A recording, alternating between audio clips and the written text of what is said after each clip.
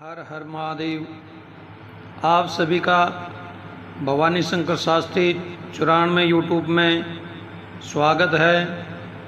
आज हम जानेंगे कि सोमवती अमावस्या व्रत कथा और सोमवती अमावस्या करने से क्या फल मिलता है। सोमवती अमावस्या करने से हमारे पितृगण संतुष्ट होते हैं और देवताओं की कृपा बनती है, भगवान शिव की कृपा बनती है। तो सोमवती अमावस्या के दिन भगवान शिव की उपासना भी की जाती है।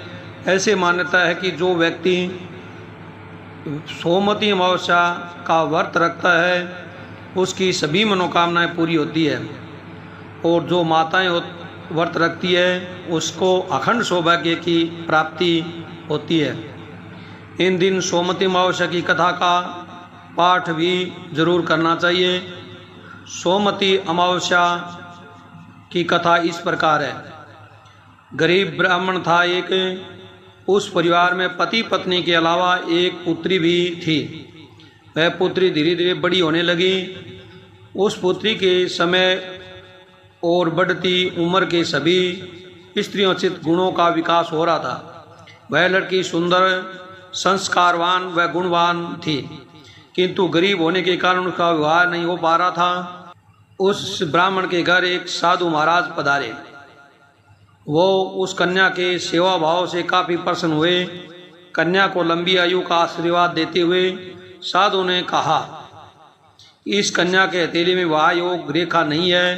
तब ब्राह्मण दंपति ने साधु से उपाय पूछा कि कन्या ऐसा क्या करे कि इसके हाथ में वह योग बन। साधु ने कुछ देर विचार करने के बाद अपनी अंतर्दृष्टि से ध्यान करके बताया कि कुछ दूरी पर एक गांव में सोना नाम का एक धोबिन जाति की एक महिला ने बेटे और बहू के साथ रहती है, जो बहुत ही आचार विचार और संस्कार संपन्न तथा पतिपरायण है।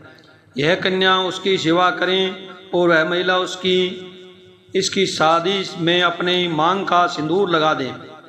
उसके बाद उस कन्या का विवाह हो तो इस कन्या का वैधव्य मिट सकता है।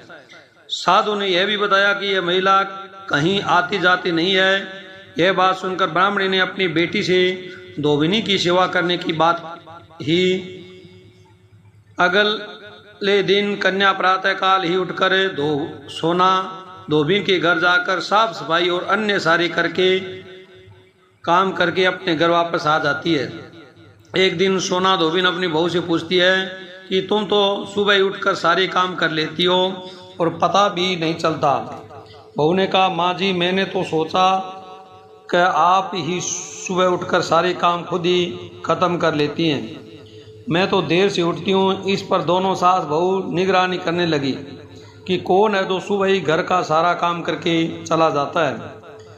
कई दिनों के बाद धोबी ने देखा कि कन्या अंधेरे में घर में आती है और सारी काम करने के बाद चली जाती है। जब वह जाने लगी तो सोना धोबिन उसके पैरों पर गिर पड़ी। पूछने लगी, आप कौन हैं और इस तरह छुपकर मेरे घर की चाकरी क्यों करती है।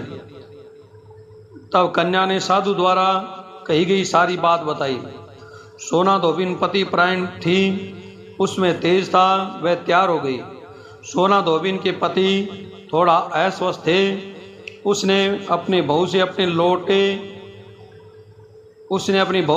अपने लौट आने तक घर पर ही रहने को कहा। सोना धोबिन ने जैसे ही अपनी मांग का सिंदूर उस कन्या की मांग में लगाया, उसका पति मर गया। उसे इस बात का पता चल गया। वह घर से निराजल ही चली थी। यह सोचकर रास्ते में कहीं पीपल का पेड़ मिलेगा तो उसे भौरी देकर और उसकी परिक्रमा करके ही जल ग्रहण करेगी। उस दिन सोमवती अमावस्या थी। ब्राह्मण के घर मिले हुए पकवान की जगह उसने ईंट के टुकड़ों से 108 बार भौरी देकर 108 बार पीपल के पेड़ की परिक्रमा की और उसके बाद जल ग्रहण किया। ऐसा करते ही उसके पति के मुर्दा शरीर में वापस जान आ गई। धोबिन का पति वापस जीवित हो उठा। इस कथा को सुने सोमवती अमावस्या के दिन और पीपल के अंदर जल, दूध, तिल मीठा मिला करके चढ़ाएं तो आपकी सभी मनोकामना परिपूर्ण होगी। बोली लक्ष्मी नारायण भगवान की जय, बोली शंकर भगवान की जय।